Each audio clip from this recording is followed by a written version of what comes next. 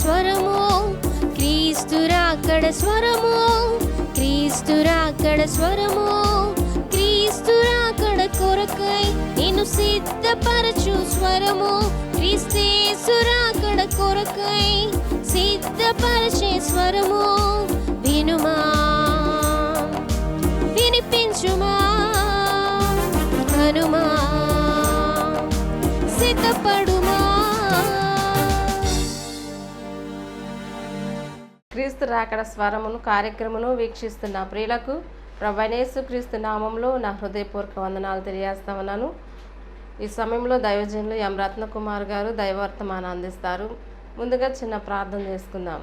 పరిశుద్ధ ప్రేమ కలిగిన తండ్రి, దయగల యేసయ్య, నీ ఘనమైన శ్రేష్టమైన పాదాలు కొందనాలు స్తోత్రాలు చెల్లిస్తున్నాను ప్రభా. ఈ క్రీస్తు రాకడ స్వర కార్యక్రమాన్ని మీరే ఆశీర్వాదకరంగా జరిగించండి. మీ దాసులు మీరు బలపరిచి వాడుకోండి. అనేక ఆత్మరక్షణ కార్యక్రమం కొరకై ఈ పని జరిగినట్లుగా సహాయం చేయండి. నీ నామానికి మహిమ తెచ్చుకొని మని యేసు నామమున అడిగి వేడుకొని ప్రార్థిస్తున్నాం తండ్రి, ఆమేన్. క్రీస్తు రాకడ స్వరము, క్రీస్తు రాకడ స్వరము, క్రీస్తు రాకడ స్వరము, క్రీస్తు రాకడ స్వరము. మన ప్రభువును రక్షకుడైన యేసయ్య నామం పేరిట క్రీస్తు రాకడ స్వరం కార్యక్రమం వీక్షించుచున్న ప్రియ వీక్షకులైన మీ అందరికీ నా హృదయపూర్వక వందనాలండి.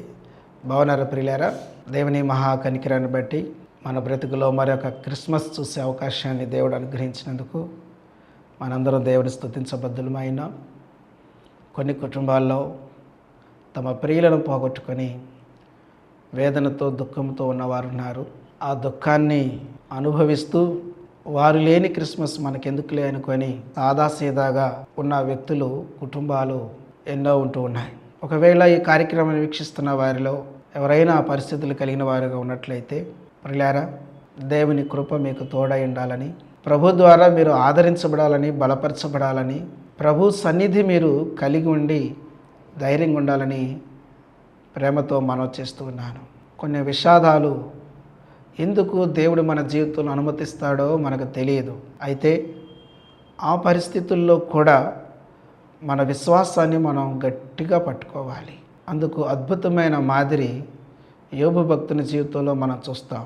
ఆయన ఎన్నో భయంకరమైన శ్రమలు అనుభవించిన తదుపరి పలికిన మాట, మొదటి మాట, యెహోవా ఇచ్చెను, యెహోవా తీసుకొనెను, యెహోవా నామమునకే స్తుతి కలుగును గాక అన్నాడు. ఇంకా తన శరీరం మీదకి రోగం వచ్చిన సమయంలో, తన భార్య కూడా తనను శోధిస్తున్న సమయంలో ఆయన పలికిన మాట, మనము దేవుని దగ్గర నుంచి మేలైన అనుభవించేది కీడు అనుభవింప తగమా అని చెప్పి అద్భుతమైన మెచ్యూరిటీతో కూడిన మాటలు, ఎదుగుదలతో కూడిన మాటలు ఆయన మాట్లాడినట్లుగా మనం ఎరుగుదాం కదా.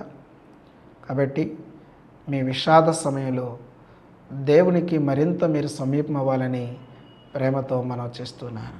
ప్రియులారా, ప్రార్థనకి వెళ్ళొచ్చారా? దేవుని సేవకుల ద్వారా మీరు విన్న విషయాలు గుర్తుపెట్టుకున్నారా? ఆ ప్రకారంగా జీవించడం ద్వారా మీరు దీవించబడతారు అనే ఒక ప్రాముఖ్యమైన విషయాన్ని నేను మీ ఎదుట తీసుకొస్తున్నాను. కాబట్టి విని విడిచిపెట్టడం కాకుండా దేవుని సన్నిధిలో దేవుని పిల్లలుగా మరింతగా శక్తిగా జీవించాలని నేను ప్రేమతో మనవి చేస్తున్నాను. మీరు అనేకమైన విషయాలు వినుంటారు కదా. యేసు ప్రభువారు ఈ లోకంలోకి వచ్చిన క్రిస్మస్ దినాన్ని జరుపుకుంటున్న మనము ఎందుకు వచ్చాడో అనే దానిని మనం ఎన్నడూ కూడా మర్చిపోకూడదు ప్రియులారా. వచ్చాడు కాబట్టి పండగ చేసుకోవటం కాదు, పండగ చేసుకొని అయిపోయిందిలే అనుకోకూడదు. అనుకొని ఉంటారు కదా, ప్రార్థనకి వెళ్ళి రాగానే అయిపోయింది, క్రిస్మస్ అయిపోయింది అని అనుకొని ఉంటారు కదా. ప్రియులారా, ఒక మాట చెప్పనా, క్రిస్మస్ అనేది అయిపోయేది కాదు. క్రిస్మస్ అనేది నిత్యము అనుభవించేది. క్రీస్తుతో సంబంధం నిత్యమైనది. క్రీస్తు ప్రభు ఆయన నిత్యమైన వాడు. కాబట్టి క్రిస్మస్ ఆనందం డిసెంబర్ 25నే ఉంటుంది అనుకోకూడదు. అది కేవలం అపోహ మాత్రమే, నామకార్థత మాత్రమే. అయితే క్రిస్మస్ ఆనందం నిత్యము ఉండేది, నిత్యము దాన్ని అనుభవించేది అనే సంగతిని గుర్తుపెట్టుకోవాలి. కాబట్టి అయితే ప్రార్థనకి వెళ్ళొచ్చారు కదా, చక్కగా కార్యక్రమంలో పాల్గొన్నారు కదా. తెల్లవారుజామును 24 రాత్రో 25 ఉదయకాలం తెల్లవారుజామును లేకపోతే పగలు కార్యక్రమాలను పాల్గొన్నారు కదా. ఎన్నో వాక్యాలు విన్నారు కదా. సరిపెట్టుకోకుండా యేసు ప్రభువారు ఎందుకు వచ్చారో ప్రియులారా వచ్చిన దానిని బట్టి ఆనందించిన మనము ఎందుకు వచ్చారో దానిని మన జీవితంలో సార్థకత చేకూర్చుకోవాల్సిన వారమైనా, ఎందుకు వచ్చాడో అది మన జీవితంలో నెరవేర్చబడాల్సిన అవసరం మనకున్నది. ప్రియులారా, 2 దఫాలుగా ఆయన మన కొరకు వచ్చాడనే సంగతి నేను మీ ఎదురు వస్తున్నాను. ఆయన మన కొరకు వచ్చాడు కాబట్టి ఆయన మన కొరకు ఎందుకు వచ్చాడో అది మన జీవితంలో నెరవేర్చబడితే ఇంకంతకంటే నిజమైన క్రిస్మస్ ఏముందంటారు? ఇంకంతకంటే దేవుడు ఆనందించే విషయం ఇంకేముందంటారు? వినండి ప్రియులారా, చాలా పర్యాయాలు మనము యేసుక్రీస్తు ప్రభు వారి యొక్క శిలువ శ్రమను గుర్తు చేసుకుంటూ అయ్యో నీకు ఎన్ని బాధలు వచ్చినాయా, ఎన్ని కష్టాలు వచ్చినాయా అని చెప్పి ఒకంత వేదనతో కూడిన పాటలు పాడుతూ ఉంటాం. ఒక మాట చెప్తాను, వినండి జాగ్రత్తగా. ఆయనకు శిలువ శిక్ష కంటే మించిన బాధ ఏంటో తెలుసా? నువ్వు ఆయన నమ్మకపోవటం, ఆయనందు విశ్వసించకపోవటం అనే సత్యం కదని. ఈ సత్యాన్ని నువ్వు గుర్తించాలనేది చాలా ప్రాముఖ్యమైన విషయమైనది. గుర్తించకపోవటమే ఆయనకి మిక్కిలి బాధ కలుగు చేసేది. కాబట్టి ప్రియులారా, ఈ కార్యక్రమాన్ని వీక్షిస్తున్న మనము యేసుప్రభు వారు ఎందుకు వచ్చారో గత పర్యాయం చెప్పుకున్న పాపులను రక్షించడానికి యేసుక్రీస్తు వారు లోకానికి వచ్చారు. పాపం విషయంలో మానవుని యొక్క ఆలోచన ఎలాగుంది, దేవుని యొక్క ఆలోచన ఎలా ఉంది, ఒక నిజమైన రక్షకుని యొక్క యోగ్యతలు అర్హతలు ఏంటి అనే సంగతులు గత పర్యాయం మనం ధ్యానం చేశాం. ప్రియులారా, యేసు ప్రభు వారు ఎందుకు వచ్చారో మరికొన్ని విషయాలు నేను దేవుని సేవకునిగా మీ ఎదుట తీసుకొస్తాను. రండి, పరిశుద్ధ గ్రంథం నుంచి అపొస్తలుడైన పౌలు గారు రోమీయులకు రాసిన పత్రిక 8వ అధ్యాయం 3వ వచనాన్ని మీ కొరకు చదువుతున్నాను. శరీరమును అనుసరింపక ఆత్మను అనుసరించియే నడుచుకొని మనమందరము మన యందు ధర్మశాస్త్ర సంబంధమైన నీతి విధి నెరవేర్చబడవలనని పాప పరిహారం నిమిత్తము దేవుడు తన సొంత కుమారుని పాప శరీరాకారముతో పంపి ఆయన శరీరమందు పాపమునకు శిక్ష విధించెను అనే మాటలో ఇక్కడ మనం చదువుతున్నాం. ప్రియమైన దేవుని బిడ్డలారా, ఈ సత్యాన్ని మనం ఒకంత జాగ్రత్తగా ఆలోచించేద్దాం. పాపము మానవుని దేవునికి దూరం చేసింది. పాపము మానవుని దేవుణ్ణి దూరం చేయటం మాత్రమే కాకుండా శాశ్వతమైన దూరం చేసే శక్తి కూడా కలిగినదిగా మనం జ్ఞాపకం చేసుకోవాలి, గుర్తుంచుకోవాలి. అయితే పాపమును మనం ఎలా చూడగలుగుతాం? పాపాన్ని మనం ఇంకొక రీతిలో ఎలా చూడాలంటే శరీర స్వభావము. దాన్ని బైబిల్ ఏమని చెప్తుందంటే పాప స్వభావము, లేక ప్రాచీన స్వభావము, లేక బాహ్య పురుషుడు అని కూడా చెప్తా ఉంది. ప్రియులారా, ఈ పాప స్వభావమును శిక్షించాలి, ఈ బాహ్య పురుషుని శిక్షించాలి, పాపమును శిక్షించాలి. అందుకొరకే యేసు ప్రభు వారు ఈ లోకానికి పంపించబడ్డాడు, వచ్చారు అనే సంగతి ఇక్కడ మనకి తెలియచేయబడతా ఉన్నది. జాగ్రత్తగా ఈ మాటలు వినండి. యేసు ప్రభు వారు ఈ లోకానికి వచ్చిన ఉద్దేశం ఏమిటి అని అంటే పాపమునకు శిక్ష విధించడానికి. మానవుని సృజించింది దేవుడు.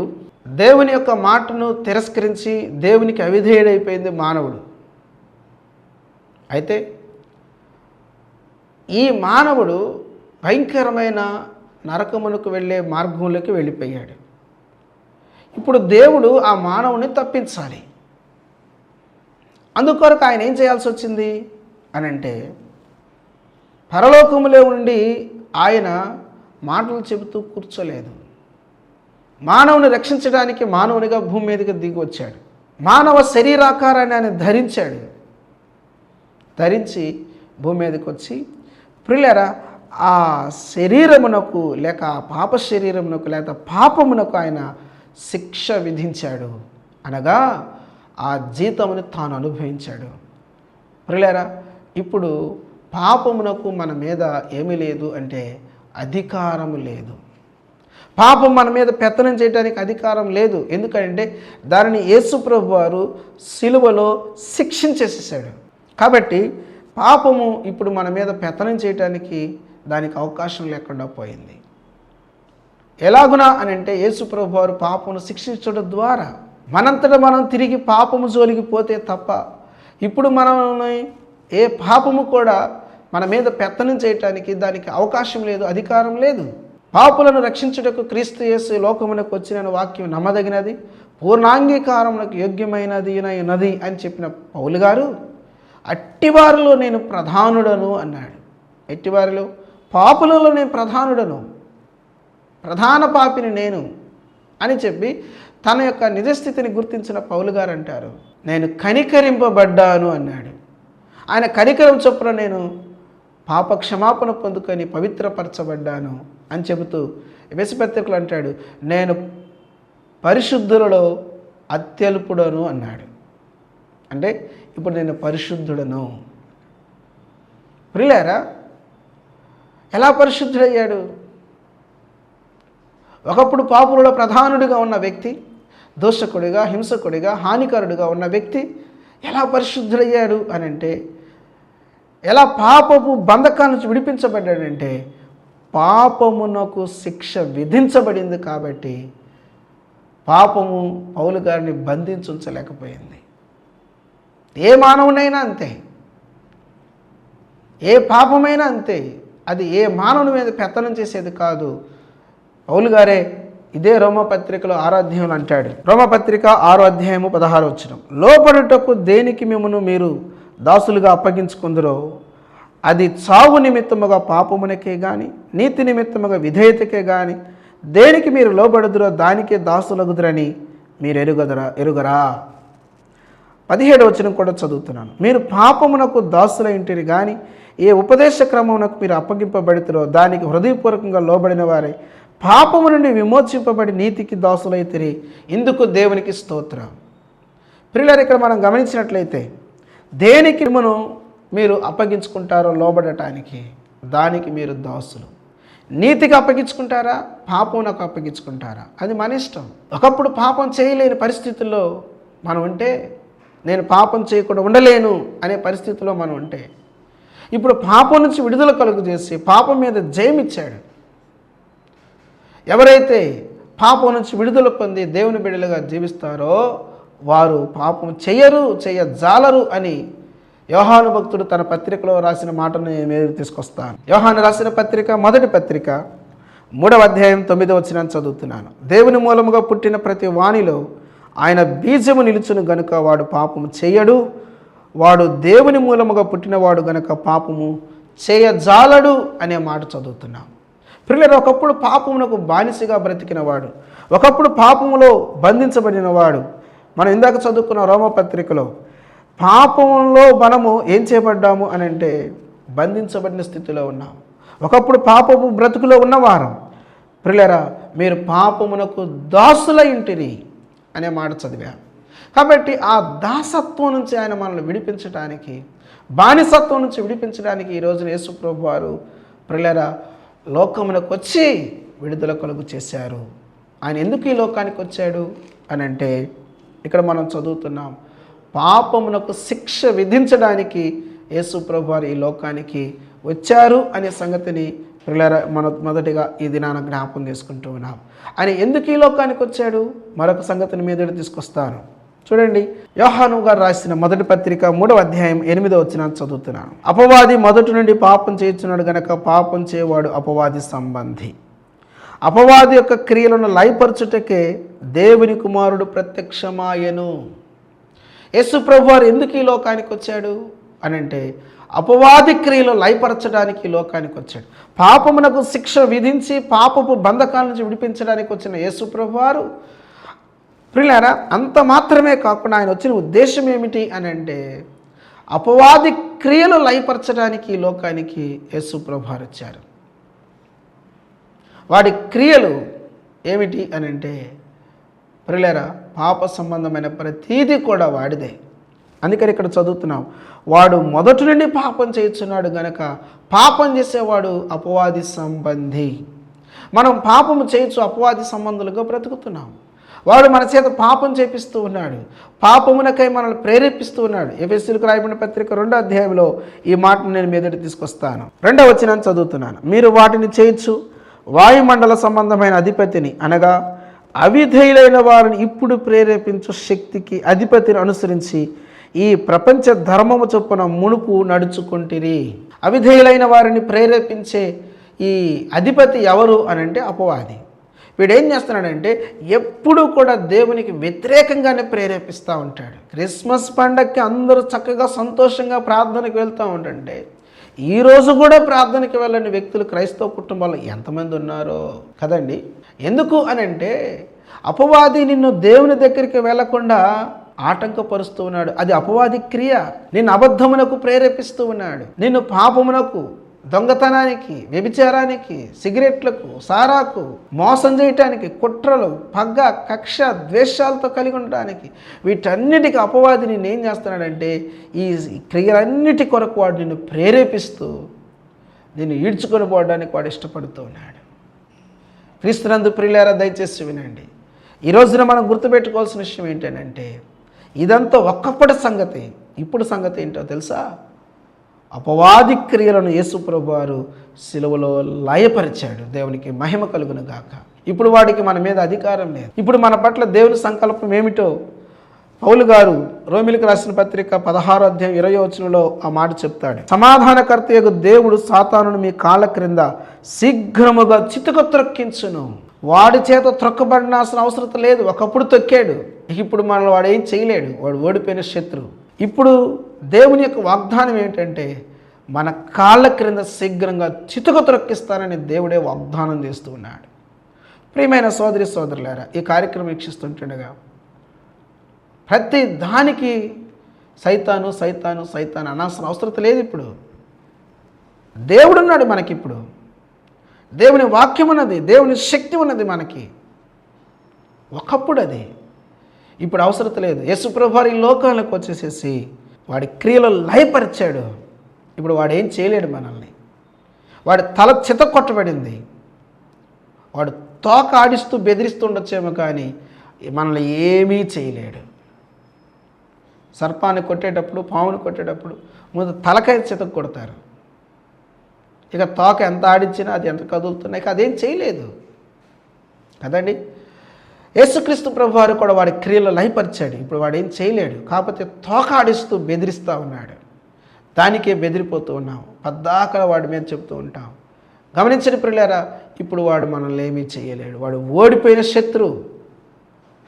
కాబట్టి ఈ సత్యాన్ని కూడా మనం గుర్తించాల్సిన వారమైనాం. ఆయన ఈ లోకానికి వచ్చిన ఉద్దేశం పాపమునకు శిక్ష విధించడానికి వచ్చాడు. రెండవది, పాపమునకు మనల్ని ప్రేరేపించుచున్న అపవాది క్రియలను లయపరచడానికి యేసు ప్రభువారు ఈ లోకానికి వచ్చాడు. అంత మాత్రమే కాదు ప్రియులారా, దేవుని వాక్యం ఏం చెబుతుందో దాన్ని కూడా మీదకి తీసుకొస్తాను. రోమిలికి రాసిన పత్రిక 8వ అధ్యాయం 15వ వచనాన్ని చదువుతున్నాను. ఏలయనగా మరలా భయపడుటకు మీరు దాస్యపాత్మను పొందలేదు, కానీ దత్తపుత్రాత్మను పొందితిరి. ఆ ఆత్మ కలిగిన వారమై మనము అబ్బా తండ్రి అని మొరపెడుచున్నాం. మనము దేవుని పిల్లలమని ఆత్మ తానే మన ఆత్మతో కూడా సాక్ష్యం ఇచ్చుచున్నాడు. ప్రియులారా, ఇప్పుడు యేసు ప్రభువారు ఎందుకు వచ్చారు అని అంటే, మొదటిగా మనము ఎవరమై ఉన్నామనంటే ఆదాము సంతానమై ఉన్నాం. ఆదాము ద్వారా మనం ఈ లోకంలో జన్మించిన వారు. మన ఆది తల్లిదండ్రులు ఆదామవ్వలు. అయితే ఆదామవ్వలు పాపం చేయటను బట్టి, దేవునికి అవిధేయులు అవుటను బట్టి మనము దేవునికి ఏమైపోయామంటే శత్రువులమైపోయాం, పాపులమైపోయాం, బలహీనమైపోయాం, భక్తిహీనమైపోయాం, దేవునితో సంబంధం లేని వారమయ్యాం, దేవుడు లేని వారమయ్యాం. అటువంటి ఘోరమైన దుస్థితిలో ఉన్న మనల్ని రక్షించడానికి దేవుడు మానవునిగా యేసు ప్రభువారు ఈ లోకానికి వచ్చారు. ప్రియమైన సోదరి సోదరులారా, యేసు ప్రభువారు ఈ లోకానికి వచ్చిన ఉద్దేశం మానవులమైన మనము దేవునికి అవిధేయులమైపోతే ఆ భయంకరమైన స్థితిలోంచి మనం రక్షించడానికి మాత్రమే కాదు, ఇప్పుడు మనల్ని దేవుని పిల్లలుగా చేయటానికి ఈ లోకానికి వచ్చాడు. గలతీయులకు రాయబడిన పత్రిక 4:4 ఏం చెప్తుంది? అయితే కాలము పరిపూర్ణమైనప్పుడు దేవుడు తన కుమారుని పంపెను.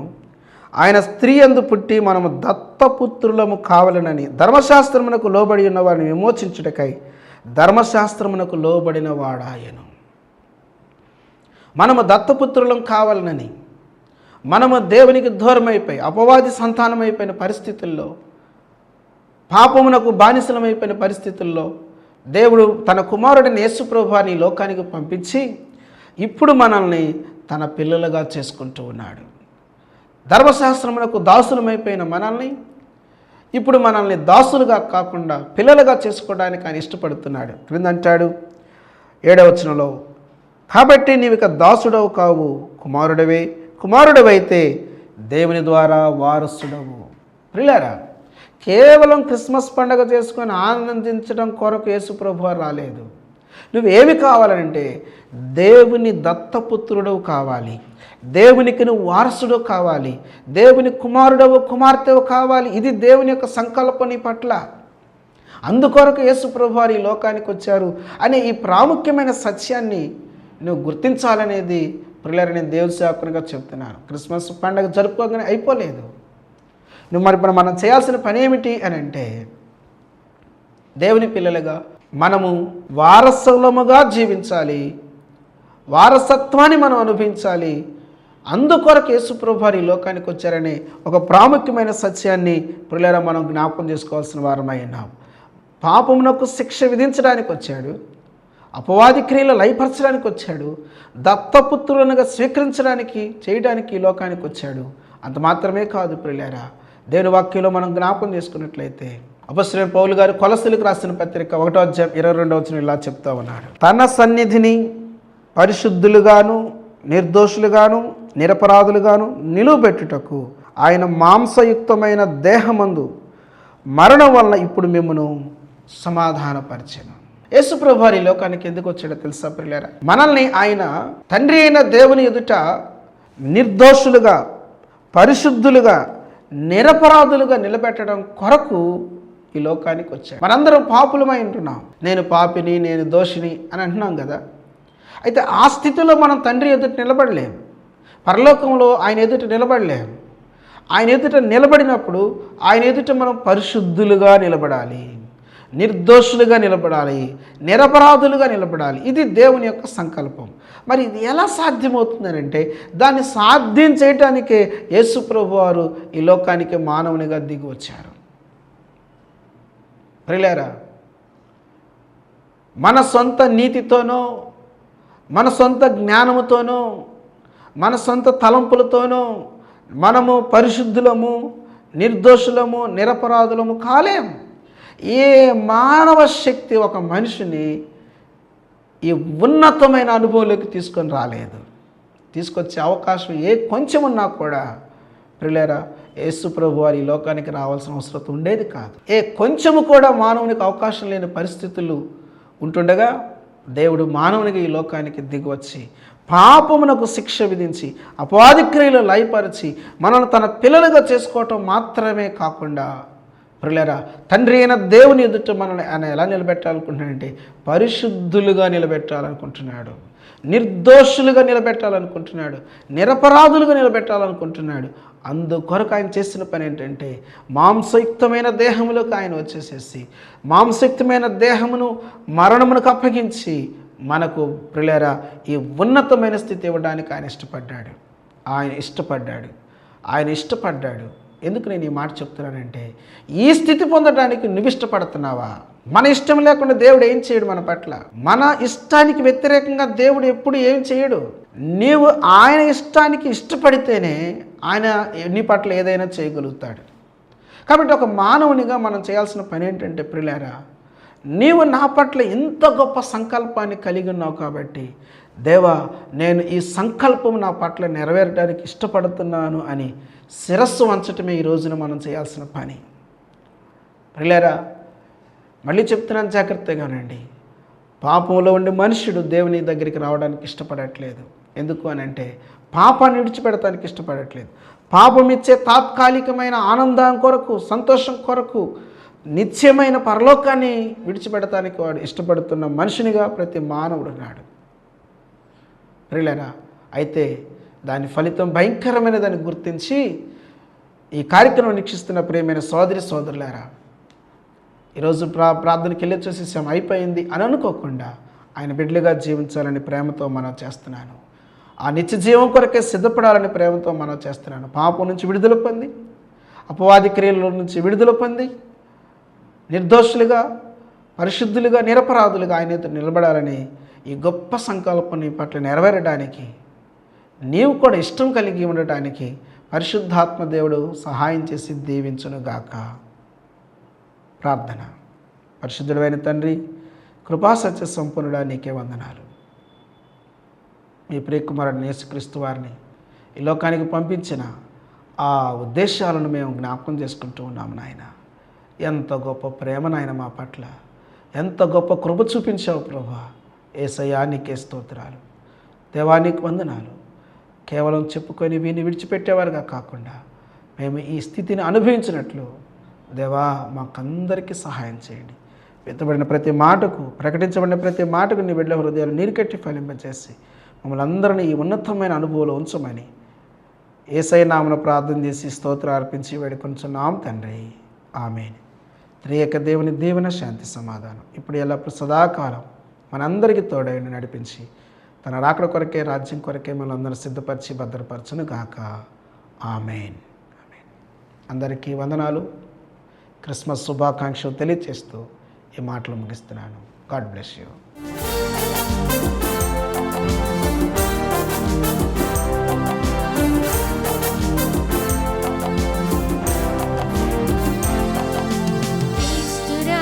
స్వరము క్రీస్తు రాకడ స్వరము, క్రీస్తు రాకడ స్వరము, క్రీస్తు రాకడ స్వరము, క్రీస్తు రాకడ కొరకై నిన్ను సిద్ధపరచు స్వరము, క్రీస్తేసు రాకడ కొరకై సిద్ధపరచే స్వరము.